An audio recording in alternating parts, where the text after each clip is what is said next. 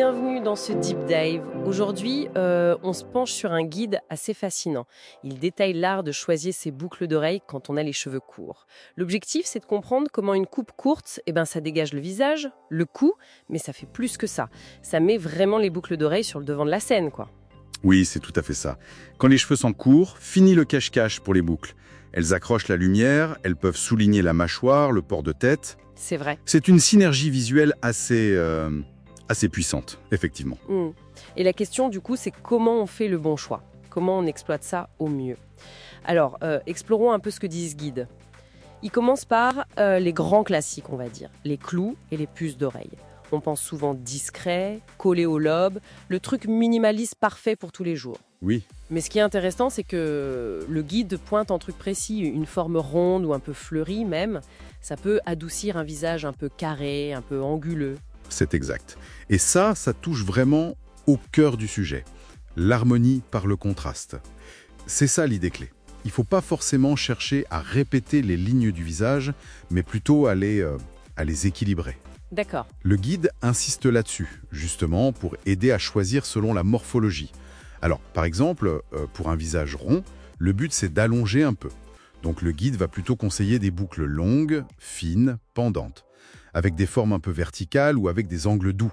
Ok. Et à l'inverse, éviter peut-être les créoles trop larges ou les puces trop rondes qui accentueraient, quoi. Logique. Pour un visage carré ou anguleux, là on cherche à adoucir. Donc les créoles, les formes courbes, un peu ondulées, c'est idéal. Faut peut-être éviter les formes trop géométriques, trop marquées. Et puis bon, le visage ovale, c'est le plus polyvalent, on va dire. Presque tout fonctionne. Même si le guide note que les formes en goutte ou ovales sont particulièrement harmonieuses. Et les créoles, justement, parlons-en. On en voit partout. Le guide montre bien ce côté dynamique qu'elles apportent. Ça va de la petite discrète à l'anneau XXL qui affirme vraiment un style. Oui, carrément. Et apparemment, même une créole moyenne, ça suffit pour adoucir les angles d'une mâchoire un peu marquée. C'est intéressant comme astuce. Tout à fait. Et puis, il y a les boucles pendantes. Alors là, avec les cheveux courts, leur potentiel est décuplé. Ça allonge la silhouette, ça met le cou en valeur. Ah oui, même les longues. Ah mais oui. Le guide, il tord le cou à cette idée reçue que cheveux courts égale petite boucle. Pas du tout. Il dit même que c'est une déclaration de mode forte avec un minimum d'effort. J'aime bien cette formule. Parce que la coupe courte leur donne une visibilité parfaite. On peut oser des formes plus complexes, géométriques, des cascades. Le guide donne même un exemple avec des pendants très longs, très fins, qui contrastent super bien avec une coupe garçonne. C'est vrai que la forme, c'est clé, mais il n'y a pas que ça. Le guide parle aussi d'autres choses. La couleur des cheveux, par exemple. Il y a des jeux de contraste à faire. Absolument. Genre l'or jaune sur du châtain clair, ou du platine, de l'argent sur des cheveux très foncés, ou même des pierres de couleur sur des cheveux gris ou blancs. Ça doit être superbe. Oui, la couleur, c'est un levier hyper intéressant. Et puis bien sûr, il y a le contexte. Ça, le guide le rappelle. On ne met pas les mêmes boucles pour aller au bureau ou pour sortir le soir, évidemment. Bah oui.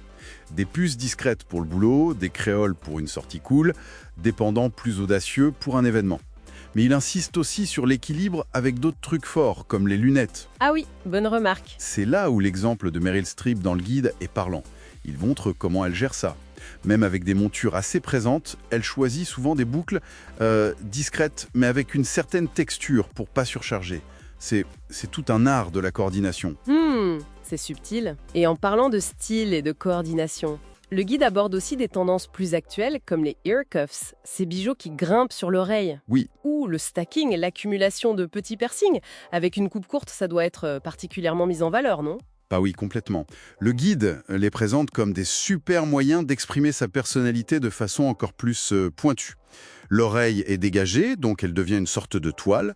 Le stacking, ça permet de mixer les styles.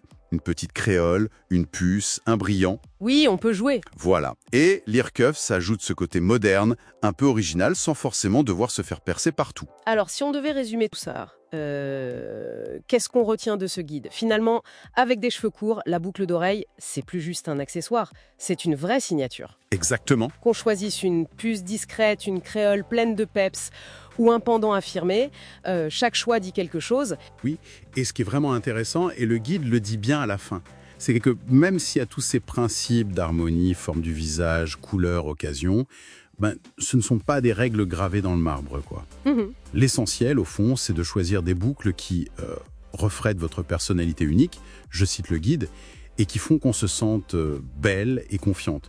Les conseils, c'est pour inspirer, pas pour enfermer. Tout à fait d'accord, c'est le mot de la fin, ça, la confiance.